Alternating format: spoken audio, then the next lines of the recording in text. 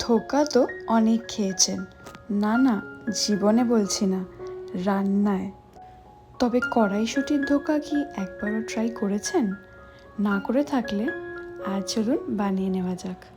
সবার প্রথমে কড়াইশুঁটিটাকে ভালো করে ধুয়ে নিন। অন্যদিকে ছোলার ডাল আর মটর ডাল ভিজিয়ে রেখে ভালো করে ধুয়ে নিন। একটা মিক্সার গ্রাইন্ডারে কড়াইশুঁটি, মটর ডাল, ছোলার ডাল, কাঁচা লঙ্কা, আদা বাটা, হিং, চিনি, নুন দিয়ে ভালো করে একটা পেস্ট বানিয়ে নিন। কড়াইতে সর্ষের তেল গরম করে কালো জিরে আর হিং ফোড়ন দিয়ে এই পেস্টটা দিয়ে দিন আর ভালো করে নাড়তে থাকুন।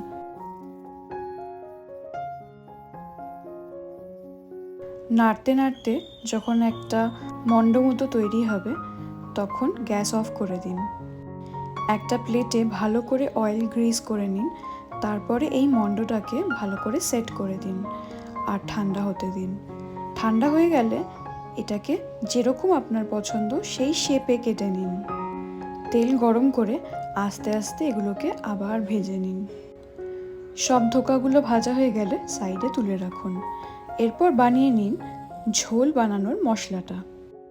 আদা বাটা, কাঁচা লঙ্কা বাটা, নুন, হলুদ, চিনি, ধনে, জিরে আর জল দিয়ে একটা মিশ্রণ বানিয়ে নিন। এরপর তেল গরম করে সেখানে ফোড়ন দিন তেজপাতা আর জিরে। তারপর এই মিশ্রণটা ঢেলে দিন।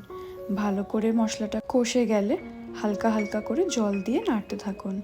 তারপরে আপনার যতটা গ্রেভি লাগবে সেই অনুযায়ী জল দিন। খানিকক্ষণ ফুটিয়ে নিন। এই গ্রেভিটা ধোকার ওপরে ঢেলে পরিবেশন করুন।